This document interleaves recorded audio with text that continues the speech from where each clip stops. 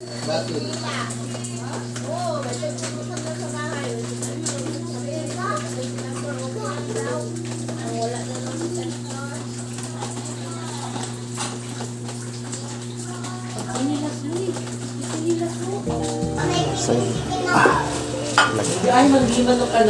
good morning mga ka-WhatsApp. So ngayon papasok na tayo dahil humupa na yung baha. Tingnan natin doon kanina.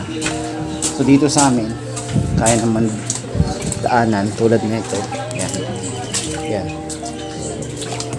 So yan sa mga passable.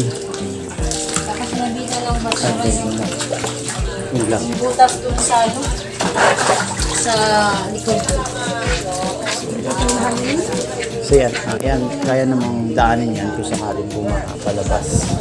Kaso dito sa kabila, si ilog kasi sa kabila eh. Butas. Yan. Dito sa kabila, ano na kasi dyan, maaraw na rin. Dito kasi ilog doon, although laging bumaba doon. Yung babayaran ko. Ay, magkano silang doon? Pakita ko sa inyo mga ka-WhatsApp ano yung pinakamahirap. Doon makakalagpas tayo pero ito yung sa mga dahilan kung bakit hirap lumabas yung mga tao dito sa barracks, lalo yung mga nagtatrabaho which is dito yung part na to. Yan, kita nyo ito yan.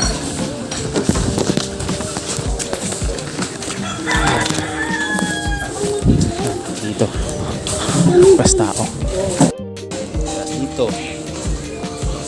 So ito yung ginamit na bangka para sa pag-rescue. Ang ganda. Yan. Bayan ng ganda mga ka-WhatsApp. So ngayon nandito na tayo ngayon sa highway. So papasok na tayo sa trabaho ngayon. Yung araw na rin. Sana tuloy-tuloy na yung araw mga ka-WhatsApp. So ang pasok talaga natin is alas 6. Pero oras ngayon ay nasa 9:30 na. So late tayo. Of course, pero may dahilan naman. So yung pagkakalate natin eh ano naman siya. Valid naman sa mga kapatid. Pero hindi naman papakita ko na lang sa screen sa inyo kung anong nangyari kanina. At sa first sinabi ko sa inyo. Again, nagpaalam na rin ako sa coordinator ko. Kung napakasimulan, siyempre po kasi i-update ako sa buong update ako sa partner ko na chat na ko din. Mag-out ako ng mas maaga. Okay, pero sana wag na sana. Para yung ibang mga closing, mga pasok sila. At siyempre, ito lang hanap ko na yung mga merchandiser. At siyempre, shout out din sa kanila. Dahil nakita ko dun sa GC namin. Nakita ko sa mga GC namin na yung pinagdaanan nila daanin baka talaga sobrang naghintay sila hanggang sa nakapasok. So, saludo sa ating lahat. So, yun natin sisingin tayo. Ayun nga mga ka-WhatsApp. So, 9:30 na nga. Usually ganitong oras. Nag-break na dapat ako for coffee break. Kakain ako kung kakain dapat ako. So ngayon papasok pa lang tayo. So shoutout sa kasama ko dyan. Kay Ramil. Siya lang talaga po kung tanging possible na makakalusot. Dahil siya may aeroplano. Dahil joke lang. May dadaanan rin naman siyang baha. Pero medyo siya lang yung hindi ano sa bahaan dun sa lugar nila madadaanan na like Sukat, First State, sa ibang ano naman Baklaran. At shoutout din kay ano, kahapon siya din yung kasabay ko. Pumasok late kami, so isang lugar lang kami, magkakaiba lang kami ng ano nito ng street. So ngayon dahil sinabi ko dahil nagugutom na ako dahil sa regular kong pasok is 9:30 hanggang 10 AM. Coffee break ko na, so kakain muna ako ng tinapay.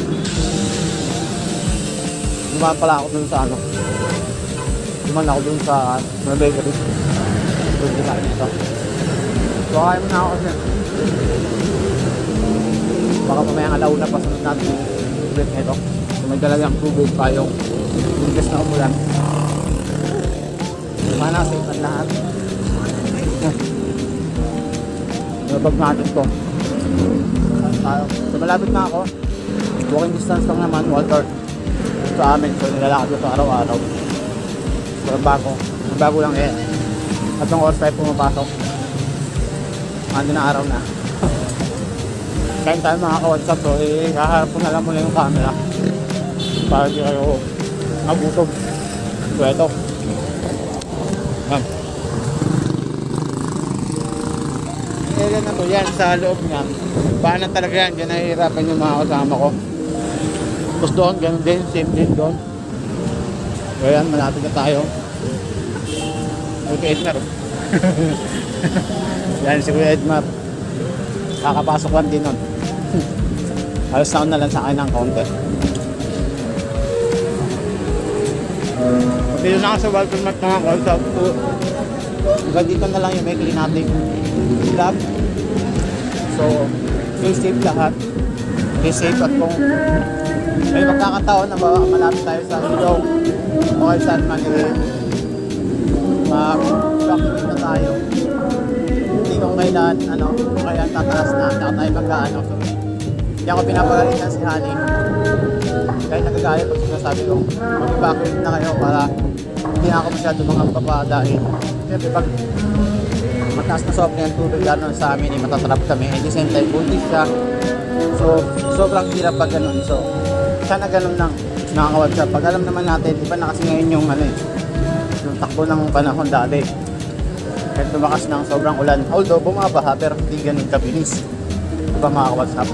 Alam nyo naman yan sa mga matagal nang binabaha.